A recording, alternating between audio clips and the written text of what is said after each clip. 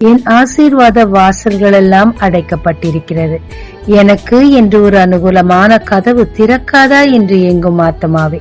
இன்று கர்த்தர் உங்களுக்கு சொல்லுவது 1 கொரிந்தியர் 16:9. இங்கே பெரிதும் அனுகூலமுமான கதவு எனக்கு திறக்கப்பட்டிருக்கிறது. மோசே மூலமாக செழிப்பான கானானுக்கு தேவன் தன் ஜனங்களை வழிநடத்தினார்.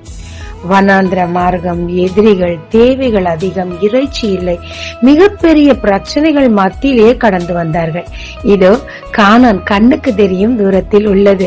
அப்பொழுது 10 வேவுக்காரரை உள்ளே அனுப்பின போது 8 பேர், ஐயோ அங்கு இருப்பவர்கள் எல்லாம் ராட்சசர்கள், அவர்கள் கண் முன்னாடி நாம் எல்லாம் வெட்டுக்கிளிகள் போல் இருக்கிறோம், அவர்களை மேற்கொள்வது மிக கடினம் என்றார்கள்.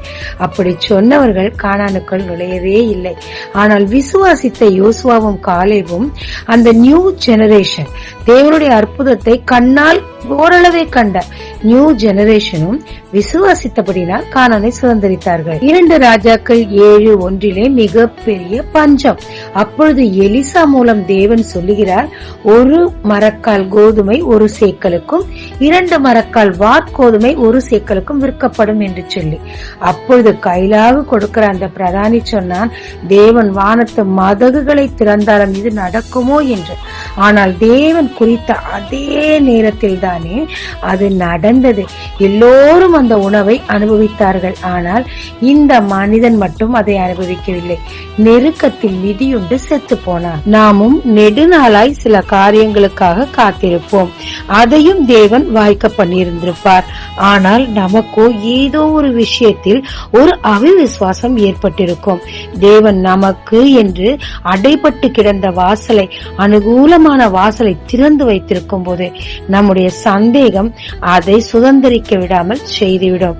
அதைவிட துணிந்து தேவன் இதை செய்தார் என்று உணர்ந்து அந்த கதவுகள் வழியாக நீங்க போங்க. தேவன் அதை உங்களுக்காகத்தான் திறந்து வைத்திருக்கிறார். அதன் வழியா போகும்போது தேவன் உங்களுக்கு என்று வைத்திருக்கிறார் ஏராளமான ஆசீர்வாத கதவுகள் திறக்கும். முழு ஆசீர்வாதத்தையும் அனுபவிப்பீங்க. விசுவாசித்து ஆசீர்வாதத்தை சுதந்திரித்துக் கொள்ளுங்க. ஜெபிக்கலாமாங்க. தேவரீர் இத்தனை நாள் மூடியிருந்த கதவு இப்பொழுது நீ திறந்திருக்கிறீரப்பா. என் அவிசுவாசத்தினால் அதை சுதந்திரிக்காதபடிக்கு எனக்கு ஞானம் தாங்க, டிசர்னிங் ஸ்பிரிட் தாங்க. நீரே அதை திறந்து வைத்திருப்பீரானால் என் விசுவாசத்தில் அதை அனுபவிக்க கிருபை தாங்க. எனக்குள் இருக்கும் அவிசுவாசம் என்னை விட்டு விலக உதவி செய்யுங்க. இயேசு மூலம் பிதாவே, ஆமென். இந்த நாளில் உங்களை ஆசீர்வதிக்கும் ஜீசஸ் விஷன்.